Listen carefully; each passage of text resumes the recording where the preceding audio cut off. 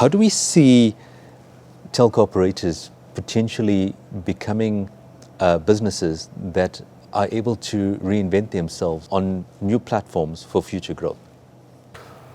Well, I guess, Prameshin, this is an interesting question, but not limited to telco industry, because digitization in general is impacting any business today, right? In finance, we have seen digital banks with no physical infrastructure coming on. On transport, well-known and kind of cliche example now of Ubers and, Airbnbs and all sharing. And there are industries like media, it has been already disrupted forever. It will never go back to what media is. Media consumption and how we consume media completely changed. Now this is moving into real big disruptions in terms of banking, insurance, and telco, and probably in the future, healthcare and transportation as well. So this digitalization really impacts cross-industry, in a very big manner. So I think for communication service providers, it is an opportunity, because now they are coming from an enabling environment of all this communication to all these industries and users. So they understand what it takes to leverage that knowledge and turn it into new revenue streams. That's exactly what they are trying to do with these new digital services. So probably we will see telcos are playing really key and critical role in the evolution of other industries, all the way from healthcare, transport to probably financial services and media as well. So I think the industry has been changing quite drastically since its inception, indeed. A century ago, from the early stage communication networks to date, and it will continue evolving. And I think it's really an exciting industry to be in. So I just want to go back to the issue of networks and in particular around spectrum. I guess we've already seen some 5G auctions take place in Europe and in the Americas. Whereas in South Africa, we still need to set out the framework for the deployment of or additional 4G spectrum. Yunita, you've spent a lot of time, I guess, with the regulator and the people who are designing the policy around this. Do you think we will get 4G in 2019? Well, we've already got LTEs. What's interesting for me is I think that, lack of spectrum has been a critical enabler of the fibre industry, because, the amount of fibre backhaul has been put into place. But yeah, I'm very positive. I think we're on the right track. I really, really believe that the Minister, Ndabeni Abrahams, is the right person for the job. And she understands the market, she knows the market, she's an incredibly hard worker, she's been with us for a really, really long time in her role as Deputy Minister, and I think we're in for a good time. I would put my money in it. I think you're quite right. We already do have 4G, but it's probably not the most efficient given the lack of spectrum. I think, no telco discussion in 2019 is complete without a discussion around 5G. And it's quite interesting. There's a huge amount of literature on the implications of 5G, but there's not much literature that explains quite simply what 5G is. Bora, if I can give you that challenge, can you quite succinctly describe what 5G is?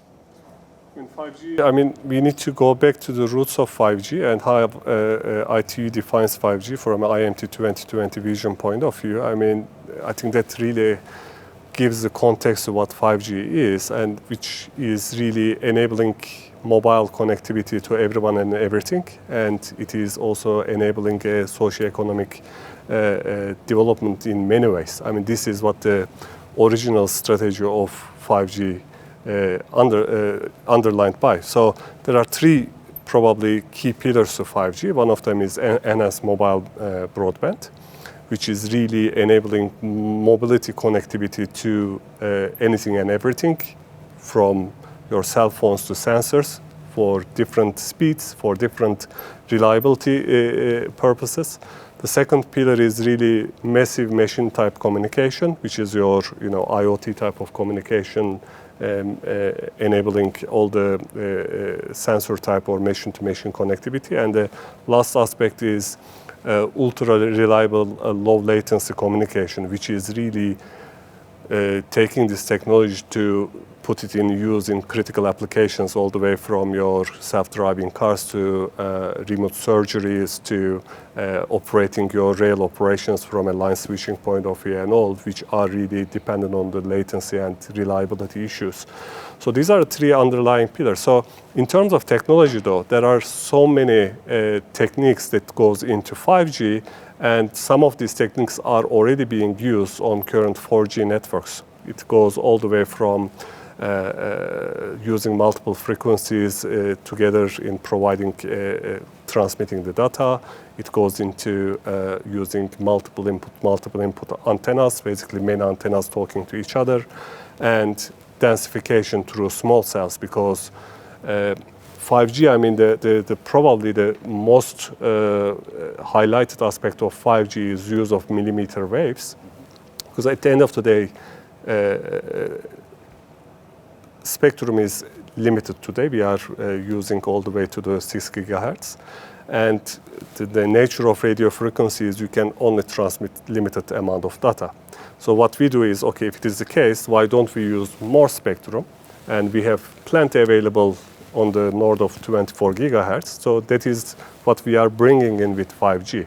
But the challenge is, I mean, if you are going higher in the spectrum frequency, your coverage becomes, much denser. So you need many more sites. So that's the, small cell and densification aspect. And most of these things are happening on the radio level on 4G networks today. So 5G sometimes is really, overstated in my opinion. It's really a good marketing for most of the communication service providers, or even for countries for that purpose.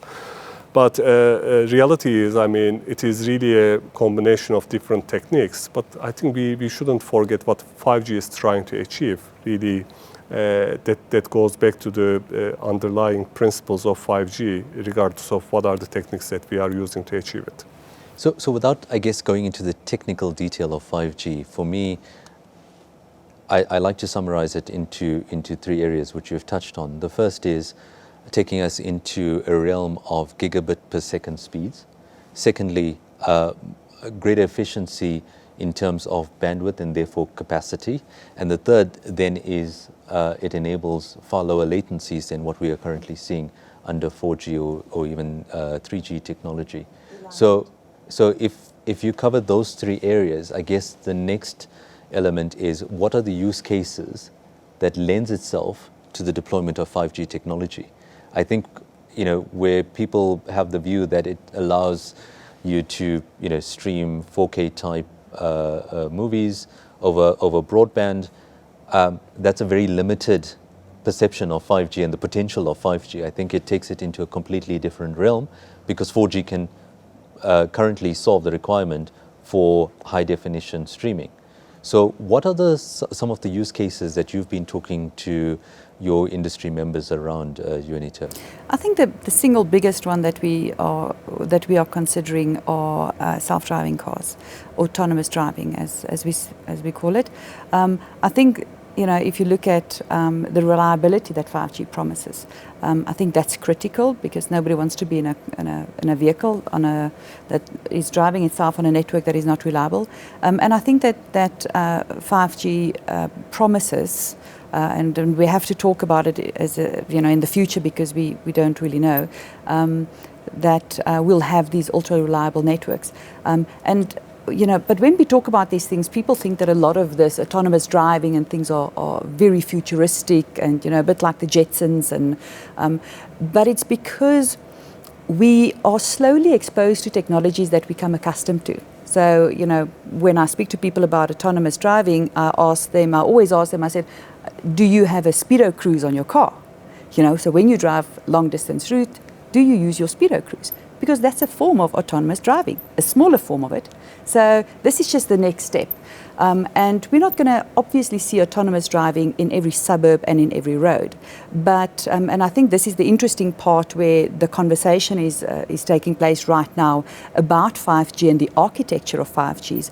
Where will we require 5G? So I think that, we'll see, in my opinion certainly, is that 5G is a technology on national long distance routes for autonomous trucks, autonomous drive vehicles, autonomous taxis, transport modes. And that's going to put a lot of pressure on people and on MNOs to deploy and get the architecture right and understanding where they are deploying. So I think to round up the conversation that we've had thus far, let's just talk about the implications of a digital economy in the South African context. Are we ready for a digital economy?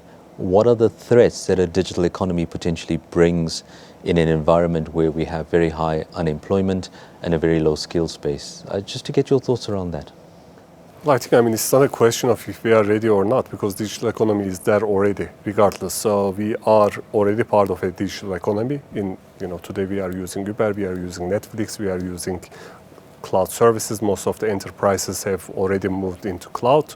We passed the tipping point on most of the digitization, and it's just the evolution of it and further adoption of it. The question, the implications in terms of jobs, in implications in terms of skills, is massive, because obviously, as I mentioned before, this global digitization, every industry do require doing things quite differently because businesses are evolving, including telcos themselves as well. In the past, they had to have massive engineering teams to design and operate this network. So the machines are operating itself, the network is operating itself. You don't need that massive capability. Then what do you do with this skill set and a team of people who are specializing on a topic? But on the other hand, we have a massive gap in terms of new digital skills in every industry. And enterprise space, again, cloud is easy to say, but difficult to properly structure and deploy. So obviously, reskilling of the people will be required. I don't think in net effect we will end up with job losses. It is more really reskilling the people and planning for it and really getting it in a timely manner.